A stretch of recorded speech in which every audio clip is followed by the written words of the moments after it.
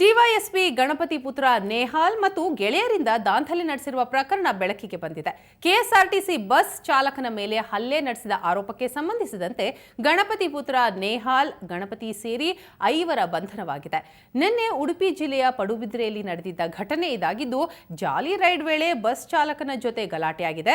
ಜೊತೆಗೆ ಚಾಲಕನ ಜೊತೆನೆ ವಾಗ್ವಾದಕ್ಕೆ ಇಳಿದು ಗಣಪತಿ ಪುತ್ರ ನೇಹಾಲ್ ಹಾಗೂ ಗೆಳೆಯರು ಹಲ್ಲೆ ನಡೆಸಿದ್ದಾರೆ ಅಂತ ತಿಳಿದು ಬಂದಿದೆ.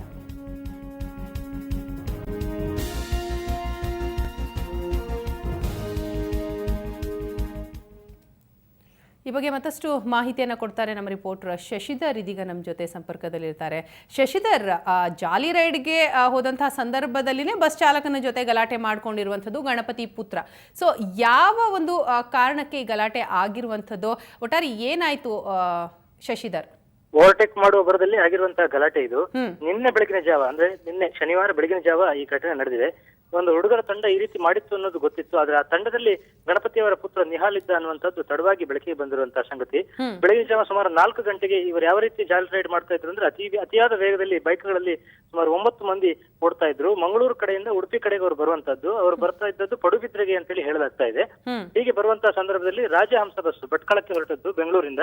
ಅದು ಕೂಡ ಬೆಳಗಿನ ಜಾವ ಬರುವ ಸಂದರ್ಭದಲ್ಲಿ ಆತ ಎಷ್ಟೇ ಹಾರ್ನ್ ಹಾಕಿದ್ರು ಕೂಡ ಇವರು ಅವರಿಗೆ ದಾರಿ ಬಿಟ್ಟು ಕೊಟ್ಟಿರ್ಲಿಲ್ಲ. ಈ ಬೈಕ್ನಲ್ಲಿ ಸಂಚರಿಸ್ತಾ ಇದ್ದಂತಹ ಹುಡುಗರು ಬಳಿಕ ಏನೋ ದಾರಿಯನ್ನೇನೋ ಬಿಟ್ಟುಕೊಟ್ಟು ಆದ್ರೆ ಪಡುಬಿದ್ರೆಯಲ್ಲಿ ಮತ್ತೆ ಆ ಬಸ್ ಅನ್ನು ಅಡ್ಡ ಹಾಕಿ ಅದರ ಚಾಲಕ ಗಿರೀಶ್ ಅನ್ನುವರಿಗೆ ಹಲ್ಲೆಯನ್ನ ನಡೆಸಿದ್ದಾರೆ. ಅದನ್ನ ತಡಿಲಿಕ್ಕೆ ಬಂದ ಅವರ ಸಹೋದ್ಯೋಗಿಗಳಿಗೂ ಕೂಡ ಹಲ್ಲೆಯನ್ನು ನಡೆಸಿದ್ದಾರೆ. ಈ 9 ಜನರ ಹುಡುಗರ ತಂಡ ಜಾಲಿ ರೈಡ್ ಮಾಡ್ತಾ ಬಂದದ್ದಲ್ಲದೆ ಒಂದಿಷ್ಟು ಕುಡಿದಿದ್ರು ಕೂಡ ಅನ್ನೋದು ಕೂಡ ಅವರಿಗೆ ಆ ಹೊತ್ತಲ್ಲಿ ಪತ್ತೆ ಆಗ್ತದೆ. ಬಳಿಕ ಆ ಬಸ್ನಲ್ಲಿ ಪ್ರಯಾಣಿಸ್ತಾ ಇದ್ದ ಇತರ ಪ್ರಯಾಣಿಕರು ಬಹಳ ಶ್ರಮ ಪಟ್ಟು ಆ ಪೈಕಿ ಒಬ್ಬರನ್ನ ಹಿಡಿದಿದ್ದಾರೆ, ಪೊಲೀಸರಿಗೆ ಕೊಟ್ಟಿದ್ದಾರೆ. ಆ ವೇಳೆಯಲ್ಲಿ ಆತ ಹೇಳಿದ್ದಾನೆ, ನಮ್ಮ ಬೈಕಿಗೆ ಆ ಬಸ್ ಆಗಿತ್ತು, ಅದರಿಂದ ನಾವು ಗಲಾಟೆ ಮಾಡ್ಕೊಂಡೆವು ಅಂತೇಳಿ ಹೇಳಿದ್ದಾರೆ.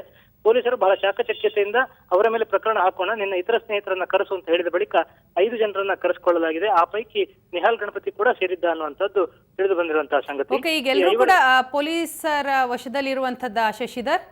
ನಿನ್ನೆ ಬೆಳಿಗ್ಗೆ ಈ ಘಟನೆ ನಡೆದಿರುವಂತದ್ದು. ಅದರಿಂದ ಅವರನ್ನು ಸದ್ಯಕ್ಕೆ ವಶಕ್ಕೆ ಪಡೆದು ವಿಚಾರಣೆಯನ್ನ ನಡೆಸಿದ್ದಾರೆ.